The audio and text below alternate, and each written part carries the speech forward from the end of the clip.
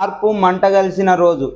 Auto డ్రైవర్లు కాంగ్రెస్ ప్రభుత్వం వస్తే మార్పు వస్తుంది, మా జీవితాలు బాగుపడతాయని ఎంతో ఆశపడి ఓట్లు వేయడం జరిగింది. కానీ రేవంత్ రెడ్డి వచ్చి ఫ్రీ బస్ చేయడం వల్ల ఆటో డ్రైవర్ల జీవితాలే అతలకుతలం అయ్యే పరిస్థితిలో ఉంది.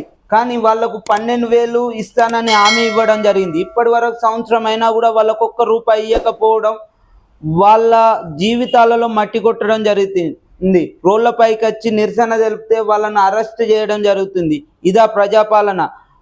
కుటుంబాన్ని కూడా పోషించుకోలేని పరిస్థితిలో ఉన్న ఆటో డ్రైవర్లు, దయచేసి ఆటో డ్రైవర్లకు 12,000 ఇవ్వాలని ప్రజల పక్షాన ఆర్కే న్యూస్ తరఫున తెలియజేయడం జరుగుతుంది. రేవంత్ రెడ్డి గారు దయచేసి వాళ్లకు 12,000 ఇవ్వాలని కోరుతున్నాము.